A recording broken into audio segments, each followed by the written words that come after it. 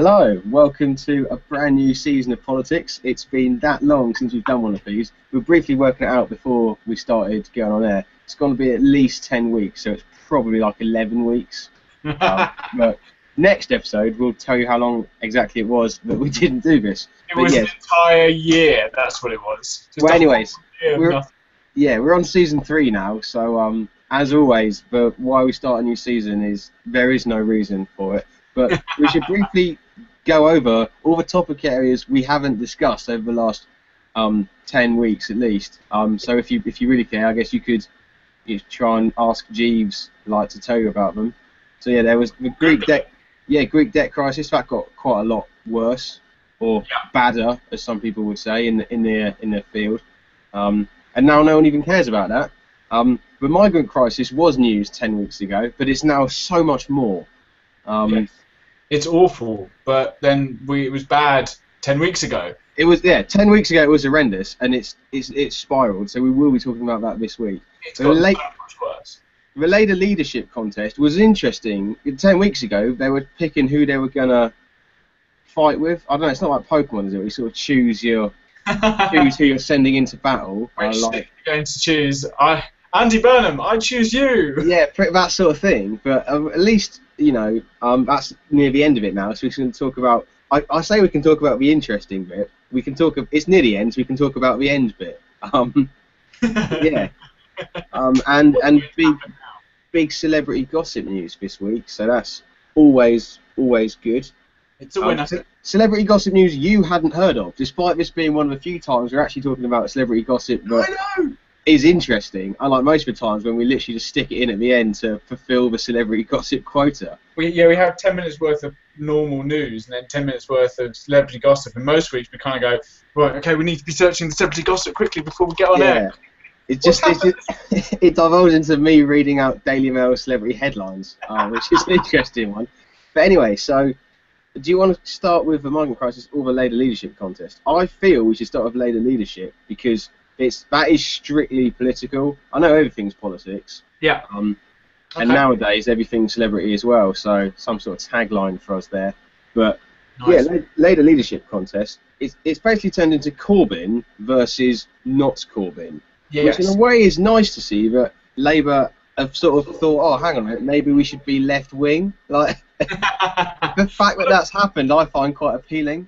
The problem is that a lot of people are complaining that it's been taken over rather by conservative people, by other people who want Jeremy Corbyn to succeed purely because it may trash the Labour Party, that it will make them unelectable in the next election because he's a very left-wing candidate.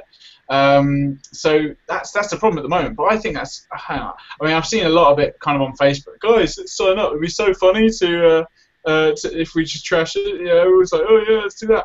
But to be honest with you, I really doubt there are that many people out there who are that concerned about the Labour leadership that they go in and scupper it. I think that people who would pay money to join the party in order to vote for someone that they don't like, so that he'll win the leadership contest, so that he'll lose the election. Yeah, it seems rather far-fetched to me. I think people will find it hilarious as something to plug, but I don't think there are going to be that many people actually signing up to do it. Yeah, the concept of it sounds like something that could happen on. Do you want to put some headphones in, mate? Could have happened on the Young Ones or something back in the day. But I can hear you. Yeah, I'm getting massive feedback, so. Oh, sorry. I'm not. Have you got any beats by Dr. Dre? No. Branding there on the podcast. If you want to send us some through the mail, Mr. Dre, if you're listening, that'd be appreciatited. Cheeky plug. Nice, I like it. Yeah, always, yeah. If you just want to hand deliver them in a Ferrari or Bentley, then that'd be good as well. Somewhere about a watch manufacturer that hand delivers their watches. Flies their cheapest watch is like, I say cheapest, I mean least expensive watch is like 40 grand. So they'll fly themselves business class to wherever you are and give it to you personally. The people who made the watch will give it to you. I think that's quite cool. Right, just to point out, what we're pretending to do here is plug products by name so that they will get sent to us, which would happen if we were famous and on TV. Right? And in that section, you've managed to talk about a 40 grand watch and not mention the name of the company who makes it. Oh wow! You've defeated the whole point of the joke. I know. I'm sorry. I'm sorry. There's a company that will like put you in like an aircraft and send you to places on holiday, but I can't remember what they're called. But anyway, back to the Labour leadership contest. Rather than talking about 40 grand watches, we're meant to be talking about socialism. So nice little segue there. But, I mean, to be honest, one thing I did find interesting was actually going through Corbyn's policies. Like, he is genuinely left wing, which I know sounds ridiculous, but we're surprised that there's left wing people in Labour. It's that in itself is moronic. It's just the way that the party has obviously, centralised itself. I mean, but I think ultimately, Corbyn, when you look at what people say they want out of policies, when you look like the surveys that came out, sort of who wants the rail network renationalised, you're looking at sort of 60% plus of the population. When you say, when you ask people if they think there should be sort of privatisation in the NHS, it's sort of over 50% saying no. So there obviously is a market for some left-wing ideas or left-wing policies. I'm just reading this out from BBC News, but his policy on the economy, end austerity, that unlike, Labour going into the last election, which was just, we've had about enough austerity, we'll leave where it is, like end austerity. Plans to double NHS income, just raising taxes, like old school, almost like the king in the Middle Ages, except he plans on redistributing the money rather than just keeping it to himself. Buying more castles. Yeah, Bank of England be allowed to print money for quantitative easing, so some people might see that as a controversial policy. But something I found funny as well is Corbyn, given that the Labour Party said there will be no referendum on the EU, Corbyn has previously been a little bit anti-EU. He is against TTIP, so I mean, I could vote for him based on that. That is a big one. He's got mixed feelings about Europe, but he appears to be sort of pro-Europe now. I suppose the thing is, when he says mixed feelings, I mean, I don't know whether you've read up enough about him to be able to confirm or deny this, but I think mixed feelings in a way is a good thing, because that means he probably likes all the good things that Europe, being part of the EU, brings to us, and doesn't like all the bad things, like the fact that when we joined the EU, we cut off our trade links with Canada and New Zealand.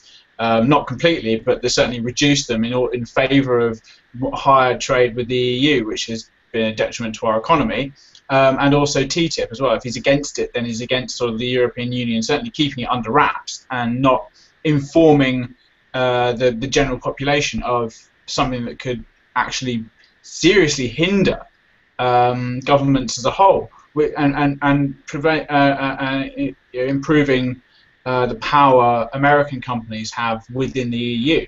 The thing is that so having mixed feelings regarding the EU, so long as it's sort of, yes, it's a good thing to be part of it, but it's a bad thing because sometimes the EU doesn't do great things. So I think maybe from that point of view, him having mixed feelings on Europe is probably a good thing. He does seem like an eminently sensible chap. I mean, he does. He seems like the kind of person who quite happily, unlike Nigel Farage, who you see in a pub, and you kind of would probably grab a beer with him, because it's a laugh, because it's Nigel Farage. You'd be more than happy to grab a beer with Jeremy Corbyn because or a cup of tea actually, more likely, with Jeremy Corbyn, because he actually seems like I think the correct word to use is normal compared to most of the politicians out there. Most of the politicians are just all face, whereas he just seems like a normal human being. And I think, well, why don't we run for Labour leadership? We're probably the only the most frank opposition to any Conservative policies, because the Conservatives want to say they're central, but they're really right-wing, and they are quite catastrophically right-wing in the fact that they're doing stuff without anyone's knowledge and trying to cover up, like the privatisation of the NHS. That's happening. We know it's happening. Well, not everyone knows it's happening, but it is happening because the Conservative government aren't telling people it's happening. So to have someone who's so blatantly left-wing, who can just sit there in the Commons and say, yeah, but you're doing this. Yeah, but you're doing that. Why are you doing this? Why are you not telling us you're doing this? I don't see that as a bad thing. It's true. I mean, I actually disagree with you on the drinking tea with him. He strikes me as a kind of bloke who drinks ale. Yes. Yes, and that's why I like him. I actually think he's kind of like a left-wing Farage, because whenever he says stuff, people turn around and go, "That seems quite sensible." Like, which is, regardless of what people, whether you like Farage or not, undoubtedly a lot of people turn around when he says things and go, "That actually seems sort of sensible." Like, which I think has been his main appeal. I think Corbyn will be the undoing of UKIP, because people who just want to vote for someone who seems a bit normal will be like, "Ooh, well, that's a bit of choice now." But also, I think they'll choose. I think people will vote for Corbyn in a general election because he is, whilst in the last election, UKIP and the Greens, they were considered alternatives to the Lib Dems and the Conservatives and Labour, because everyone saw the three main parties being quite similar, and no one really liked that. So they did their protest votes against UKIP and for UKIP rather, and for the Greens and for the SNP up in Scotland. What Jeremy Corbyn will do is become that person that people want to protest vote for. So the people who've put their votes in UKIP, put their votes in the Green Party, put their votes into SNP, will look at Jeremy Corbyn and go, yeah, he's different to the establishment, he's different to David Cameron, he's different to whoever Lib Dems choose. So they'll go, yeah, actually, he will now become our protest vote because we don't like the establishment, because he's not a member of the establishment. I think that's the most fascinating thing about him. I think people will then say, oh yeah, he's going to polarise Labour, which again is not such a bad thing. You know, Labour was born out of polarisation of the Whig Party, I think. You know, where some people were more left wing than others, so therefore split up and form the Labour Party. So there's nothing necessarily wrong with polarisation. It's just that if he comes in there, he's going to have to make the compromises. But I don't think he'll make them in the way Cameron will do, because Cameron's only got a majority of something like six in Parliament. So that means that when some Conservative people don't necessarily agree with the policies, they can join forces with Labour and scupper anything that the government, the ministers, want to get through, which is what they did recently on, I can't remember what it was, but the government recently suffered quite a catastrophic loss in one of the votes they wanted to go through. Oh, that was it. It was on the wording of the referendum, or not the wording of the referendum, whether they can campaign before the referendum. And basically, Conservatives wanted that they could use the government as a machine to make people make the decision, rather than let the people decide for themselves. And Labour and a lot of Conservatives said no, and because the government has only got a majority of 6, it got stuffed, because everyone else went, no, I don't think so, mate. So it'd be quite interesting to see that. I think Corbyn will bring the party together by polarising it. It'll be quite interesting to see. Yeah, on the point about the referendum, it was classic sort of case of democracy getting in the way of people trying to run stuff. Like, isn't it annoying when people might actually vote, like, not the way we tell them to? We should make sure that they can't, which is, of course, the cornerstone of Western democracy. Having said that, though, we should point out some of Corbyn's other policies, but I mean, I personally think may certainly put off a large percentage of people from voting for him, but equally but certainly prove his left-wing credentials. Wants to scrap HS2, which I honestly don't think is a political point, left or right. Obviously, it's just, I don't want to swear, but it's just a bit of a cluster, HS2. Should we be investing in large-scale public infrastructure projects because, infrastructure's good, trains good, more environmentally friendly than planes, or is it just wasting money versus, I mean, I thought it'd be funny just because it just goes right through the middle of Buckinghamshire, just to ruin the Tory votes in that area. I thought it was amazing. Cameron was trying to put it through. He wants more sort of clamping down on energy companies. The arguably more controversial ones wouldn't commit to 2% on GDP as defence, and would scrap Trident. So, again, a lot of people would see that as a good thing, but still. Yeah. Still a controversial. I disagree. I think as a Western nation, and a lot of people disagree with me on this one, I know that. But my view is that we require a nuclear deterrent as one of, and also as a permanent member of the United Nations Security Council. I think it's a requirement for us to have a nuclear deterrent. And so scrapping Trident is not the answer. Possibly, if we were to move the nuclear deterrent to an airborne force, or at least upgrade our own missiles, then quite possibly, then that's the answer. But I do think we are required to have a nuclear deterrent, and I don't think that's something that we should be negotiating. I know there are a lot of people out there who say scrap Trident, it's unnatural, it's unsafe. What if this? What if that? What if something were to go off accidentally? And the thing is, there are so many safeguards built into the system these days that it's very, very difficult. Not impossible. Yeah, it could happen. Yeah, fine. But then, a lot of stuff could happen. We could all suddenly get a disease and all die. So I think that's just as likely as a small nuclear accident in Scotland. Some sort of punishment for trying to leave. Yeah. I honestly think the problem I have with Trident is that it isn't an independent nuclear deterrent. I think we should get our own satellites and actually have our own nuclear deterrent. The UN Security Council thing is a big one, but that's really by the by. The point is Corbyn is against it.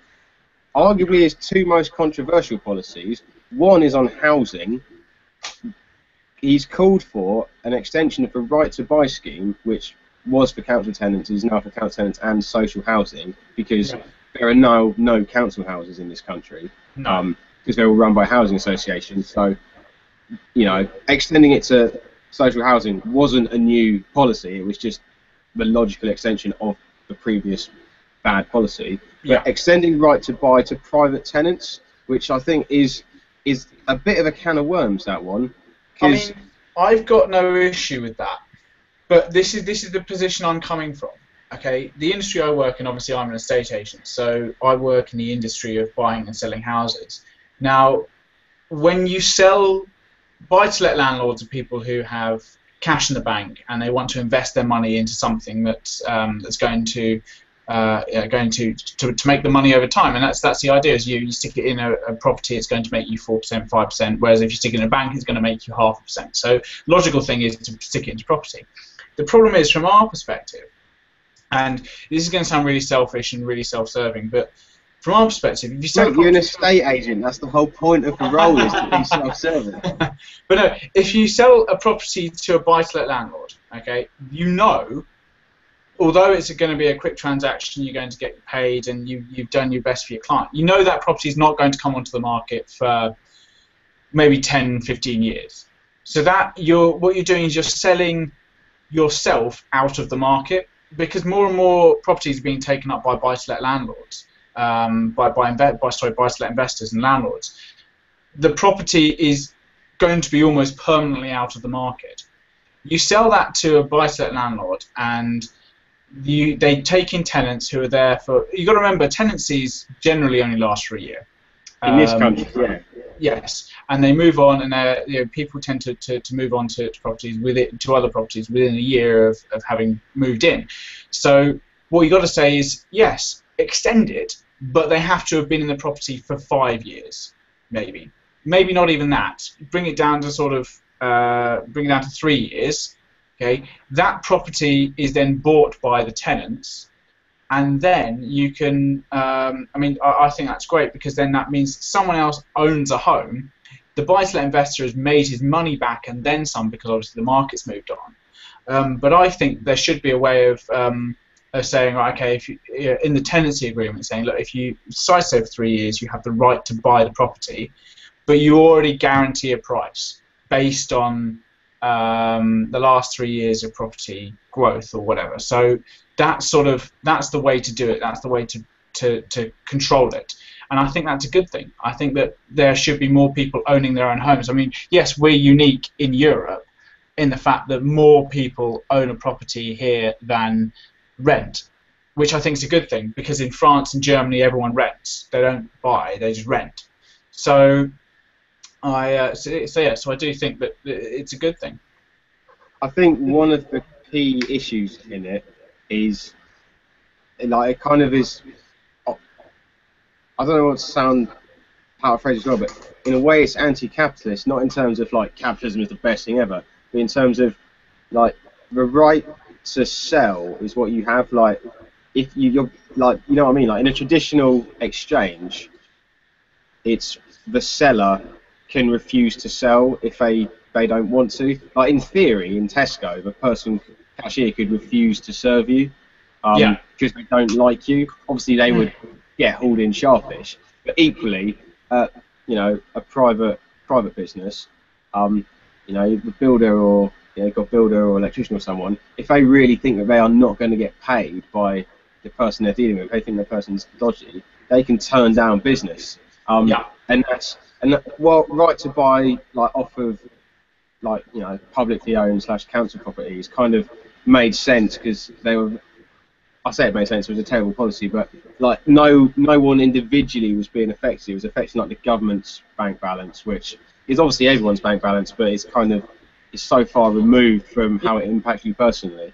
And also more a situation of like how do you agree a price? You know, is it still a traditional buying and selling thing? In which case the landlord will just be able to say, "Oh, I actually want £5 more every time," and the sale will never go through. Or does it, you know, is the price fixed on the market? In which case you've got, I'm not saying you personally, but there's an opportunity there for unscrupulous property agencies, to say, to get involved. And then if the sale's made, does the money go straight from the bank to the landlord and then the person pays back the bank, or does it go to the landlord and then is it just going to end up being another scheme where the banks make loads of money off of failed sales? Will they try and give people mortgages they can't afford in order to get a house back in, say, 8 years' time and sell it on?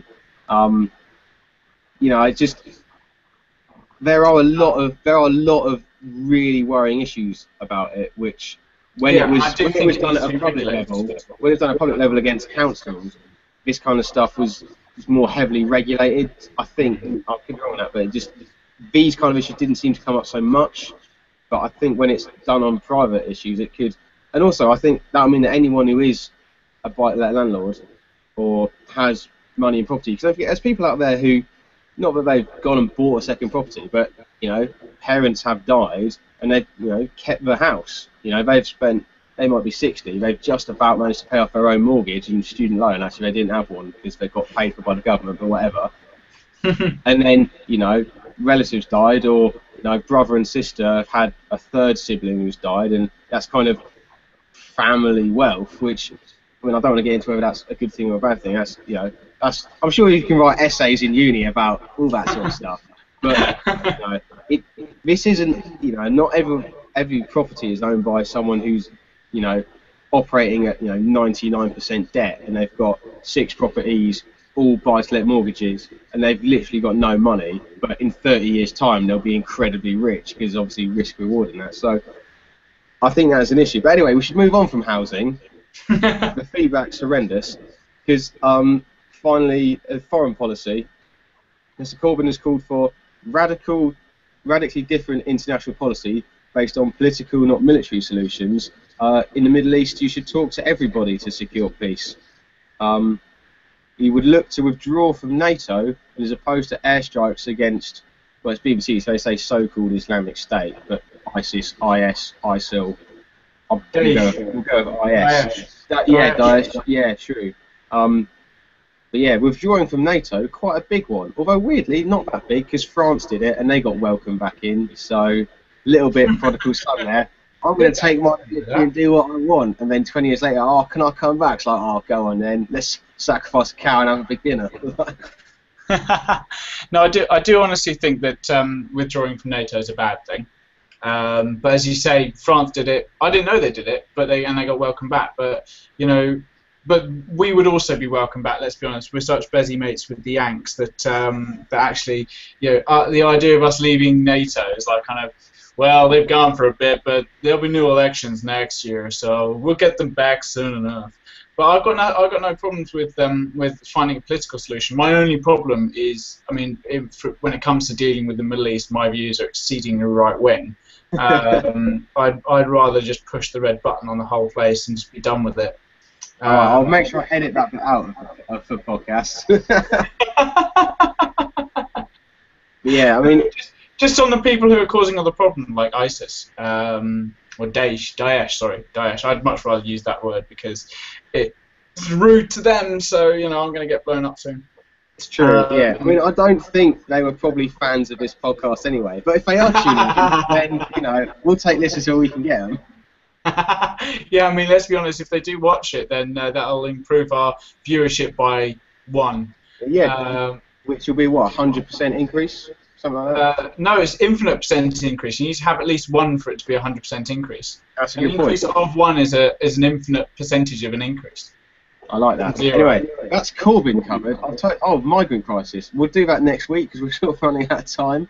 Well, I mean, yeah, let's be honest, the migrant crisis could roll over for a while now. So I suspect it will be an issue for a very long time. I actually think it's so serious that we're looking at like the new Afghanistan in terms of something that will be 10 years, 13 years. How long was Bastion? It's 13 years ago.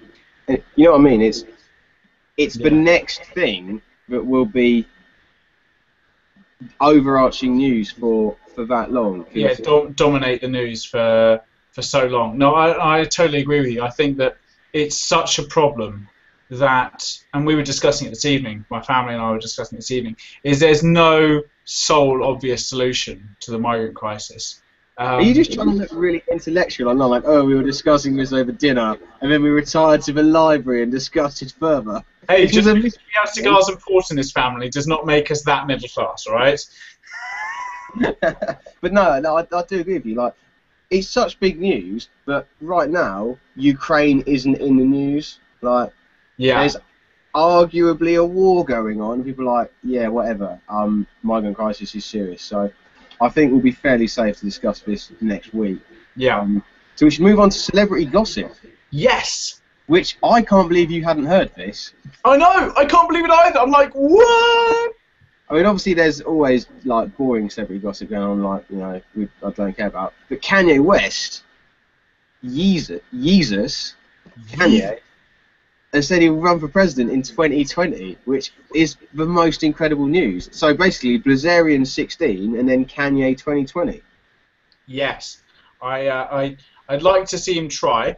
It'll be great because he'll be able to. Could you imagine Kanye West and Donald Trump in a debate? I can't. I need to see it live in order to visualize it. Oh, how convenient. They'll be both. I mean, obviously Trump will run again for president. Yeah. He's kind of like the Hillary Clinton of the Republican Party. What do you mean? Just keeps going, just keeps coming back. No. You know that song, I get knocked down, but I get up again? It's kind of a political version of that. Yeah, Trump's version of that. I don't know if he drinks a vodka drink and a whiskey drink and that. I have to be honest with you. I'm looking at the presidential field, which is don't get me wrong. I mean, there's some serious Republican challenges out there for the nomination, and it would be great to see such a vast field of talent to draw from for a presidential nomination if they weren't all total nutcases.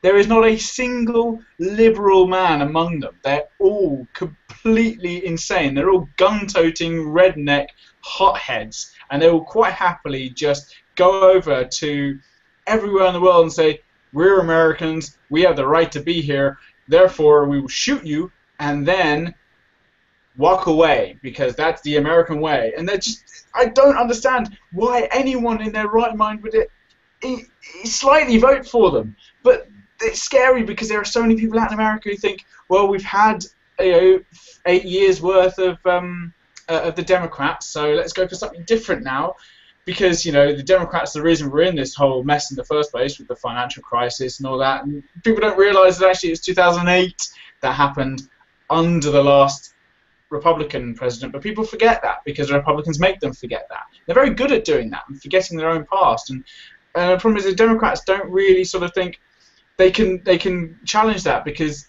they've tried to get back, tried to claw back what they managed, what respect they've got. But the Republicans are just trashing them at the moment. It's scary because whoever's going to be president next time around has got a big world out there that's just messed up. And the problem is if a Republican president comes in, it's just it's going to end badly for all of us. Yeah, I don't know, but I think to an extent it's the Republican Party, because like we had a discussion on the show before about Rand Paul, like who again seems like not an eminently sensible man, but a fairly sensible kind of chap, and like someone who came out and said, I think the drugs war has polarized America and has become racially charged. Like, yes, that's a fairly fair statement. And someone who was, you know, appeared that he might be not pro making cannabis and stuff like that illegal because of the impact it's having on American society. It seems to have sort of revoked that position. He's become more right wing in the last few weeks. Yeah, because essentially, as people lurch towards Trump, the other candidates have lurched towards him as well, and it's not a good thing. Well, it's not even so much a sort of right wing issue. It was more a kind of, as with a lot of politics nowadays, is arguably more libertarian versus authoritarian. So you had someone come out, like, because Rand Paul was just a libertarian. Like, it's ironic in a country that, you know, sort of founded on individual freedom. Like, the idea that the government can tell you what to do with regards to eating plants or smoking them or, you know, whatever those kids get up to. An idea like that would have such support when a lot of people there are sort of against the idea of having to, you know, license and fill in forms for the owning of motor vehicles. And, you know, obviously that's a bit of an extreme example, but, you know, there are a lot of people in America who would consider themselves to be extremely liberal in terms of, you know, the government should essentially be the army and that is it. Yeah. Maybe a police force and probably some firemen as well, because, you know, they do a sterling job, and, you know, a job I couldn't do. But, you know, fair play. But given it, you know, so that's why you would expect someone who is like turbo liberal to be very appealing. But it seems that you can go in being an extremely libertarian kind of person, but once you get into that party system, you sort of get converted into a more authoritarian thing, which in a way makes sense, because obviously when you're in power you'll be very much pro-authoritarian. Oh yeah, absolutely. Like, it's a much better situation to be in. Like, oh, I'm president, but it's such a liberal country I actually can't do anything. Like, that'd be such a weak job. I mean, in a way it'd be a brilliant job because you wouldn't have anything to do. I mean, I would try and get elected to that sort of country. It's one step down from being a Sinn Féin MP, where you get elected not to do your job. Yeah, of course. Yeah, because they don't take their seats. That's genius. But can they claim expenses to not fly to the UK? I almost hope they do. Like, just for the sort of almost punkish nature of it. Literally just not going to work. Like, that's brilliant. They just think that they claim expenses for their skybox and stuff like that. Yeah. Actually, you know what? That is something scary. Did you know that as an MP you get Sky paid for you? Really? Well, yeah, obviously, because Murdoch is such good chums with the majority of the parties. That is true. You're already a majority of the Conservative Party. Yeah, that is true. That's why the Sun tells its readers to vote for them. Maybe Corbyn will slag him off. I don't know. Like. By the way, we've moved away from celebrity gossip. We have. Kanye's running for president. How on earth have we deviated from such a topic back to the intellectual stuff? Kanye's running for president. He sent flowers to Taylor Swift to apologise for interrupting her speech 3 years ago. Obviously, he's worried that as a president, making speeches is kind of what he'll have to do on a daily. So he needs to not have any speech-giving impediments to him. He doesn't. What he doesn't want is Taylor Swift trying to jump on the State of the Union address where he's trying to give it. Yeah. He's like, hey, Kanye, should have been Hillary. President Kanye, I'm gonna let you finish, but you know my new album's out, so everybody buy that instead.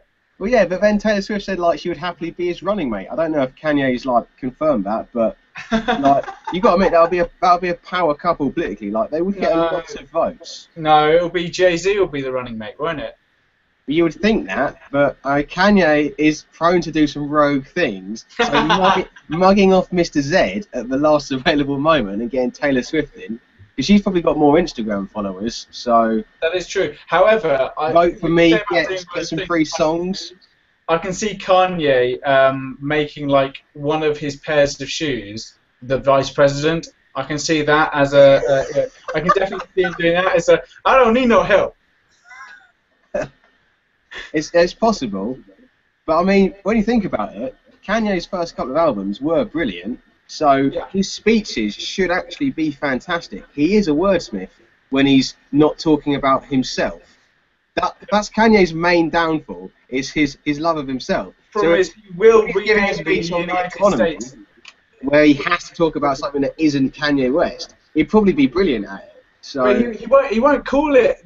He'll rename the United States of America the United States of Kanye West. That'll be the first thing he does, and that means he can then talk about himself. Well, here in the United States of Kanye West, clearly I am the world's best person. So, you know, I have a whole country named after me. You know, that's what he'll do. do you reckon he'll be more subtle about it and just make loads of new states? So like California will split into like California and West California. There'll be like Delaware and West Delaware. Like You've already got maybe. one in West Virginia, so you know. Yeah, there'll be West Virginia and then West New York. yeah, exactly. I'm just thinking it's a possibility. So we'll be toasting the 102 states in one of our future podcasts.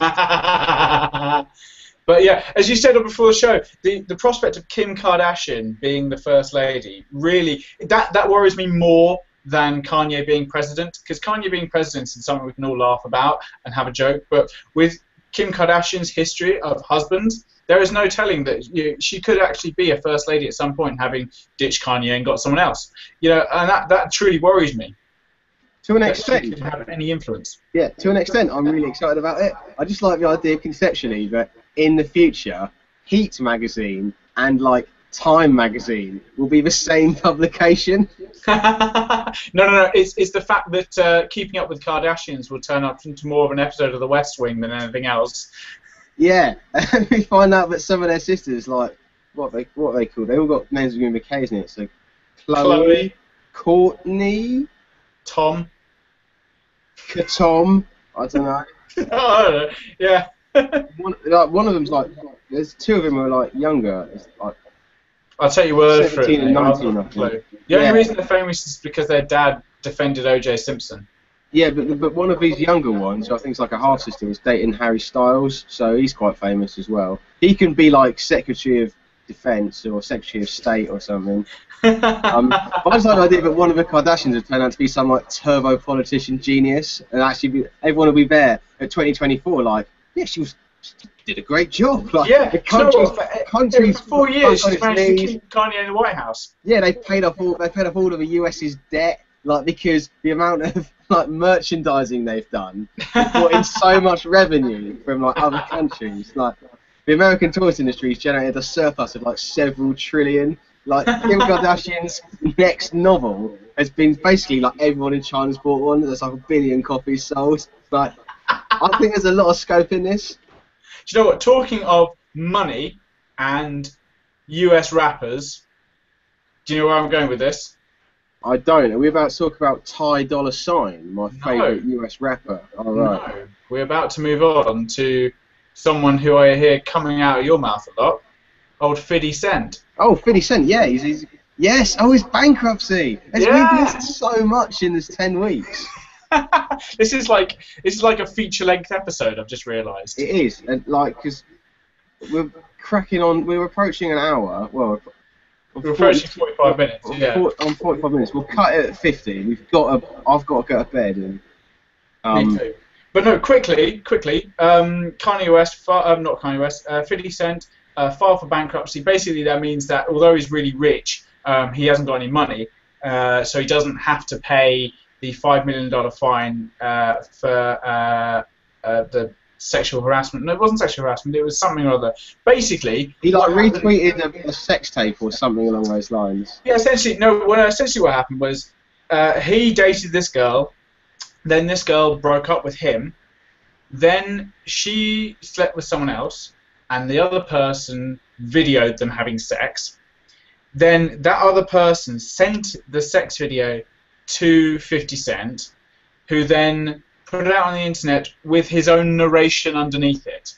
So he narrated his ex-girlfriend's sex tape and then stuck it on the internet, which, by the way, quite funny, but Yeah.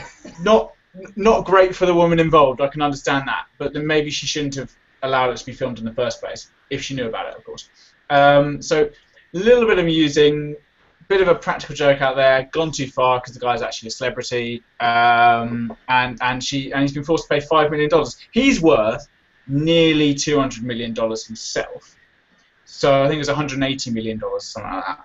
So he can easily afford to pay $5 million fine. However, he's filed for bankruptcy so that he doesn't have to pay it to get his stuff, his money in order before he does have to pay it. And in the meantime, he's not only tweeted a picture of himself stood next to a smart car, because he always does it like next to piles of cash and next to his posh cars and all that kind of thing. He tweeted a photo of himself next to a smart car as being humble. He's also published a video to Instagram of his new house in Africa, which is massive. We're talking sort of properly Beverly Hills style mansion, which is great because it's in Africa and it's cheap, but also kind of a little bit of a dick move for sort of going, yeah, look at me, I've still got money, and you've got nothing, I've still got money. Well, the thing I read about it is the bankruptcy he filed for.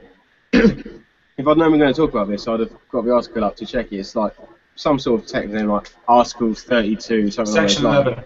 Section 11, that's it. It means that at an absolute minimum, you have 3 months to get your affairs in order, which means that absolute minimum legally is 3 months of not paying the fine.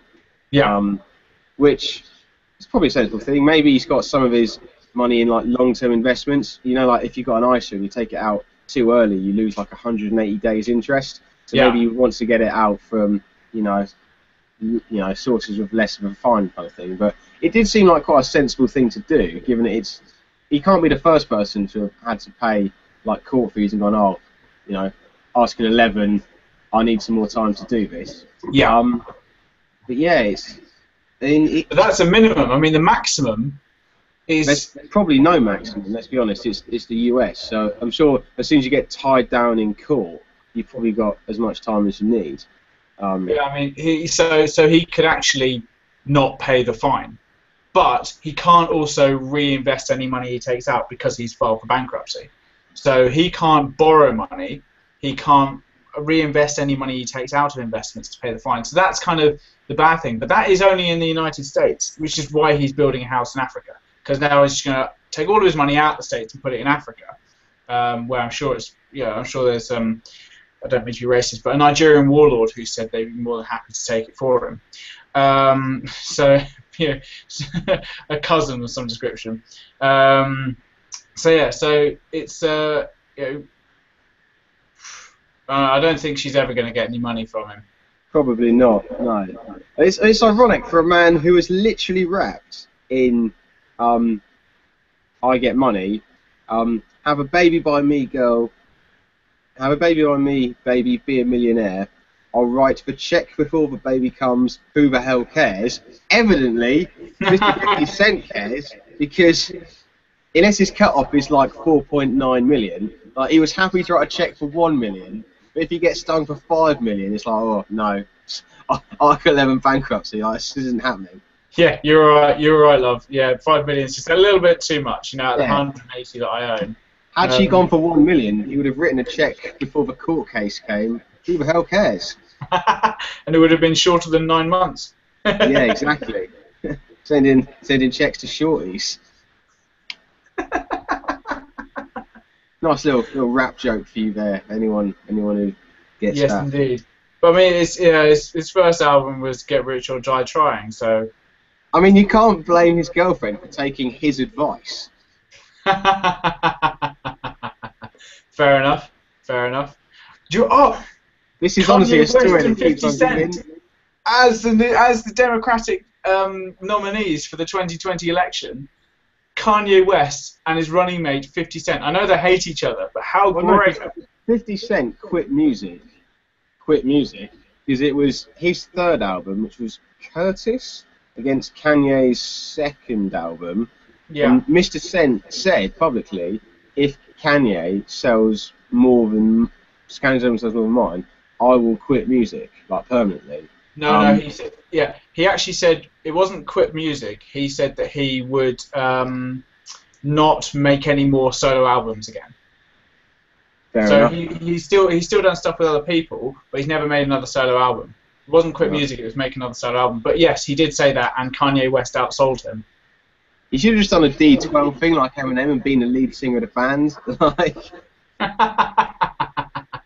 or like a 1970s soul group. It'd have been like 50 Cent and the Warblers or something. Like 50 and the Cents.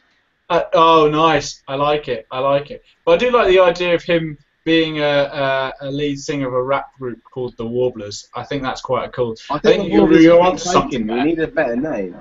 But no, they don't. That's the best name possible. But honestly, like maybe like the drivers or the drive-byers. But like because that's the problem. Because Kanye's running mate is going to be Taylor Swift. Because honestly, if those two ran together, think of the number of votes they would get. Like staggeringly high. I mean, they would win. There's no doubt about that. 50 Cent would have to just get one of those government roles. Like I'd like to see him as like the US's UN representative. Now, what you're on about is filed for bankruptcy. He's definitely the Secretary of the Treasury. I'm pretty sure filing for bankruptcy and having an affair is essential to be a politician. Yeah. So pretty much. It's like being a politician is the only. It's like one step above being a celebrity because we thought like Noel Edmonds had reinvented himself with Deal or No Deal after the Mr. Blobby incident. Like he's. Love you call it the Mr. Blobby incident. You're barely getting started in politics until you've had like complete scandal and then still like come out and run your next election on like good, strong American family values or similar. Like this country needs financial stability. Didn't you file for bankruptcy like 12 years ago? It's not about that. It's about the future. So we're going with rappers as American politicians. You'd have Kanye as president. You'd have Jay-Z as his chief of staff. You'd have 50 Cent as his vice president or secretary of defense. 50 Secretary of Defense. Taylor's vice president. Sorry, Taylor's vice president. 50 Secretary of Defense. Where would Akon fit in? I don't know. He's a pretty lonely guy, so. Because he's someone who's gone through. He could be like the North Korean like embassy guy. He's pretty lonely, so he'd just be out there by himself. Yeah, could you imagine North Koreans seeing a black guy? I don't think that's going to happen in our lifetime. No, it's pretty weird. Honestly, I wish you'd mentioned this before we started doing the podcast, because I could have just had rap lyrics on like one screen and just gone through rapper by rapper making jokes. There's so much missed opportunity because you sprung this on me. I'm sorry. We'll do it next week. Like Nate Dogg and Warren G would have been working in business regulations.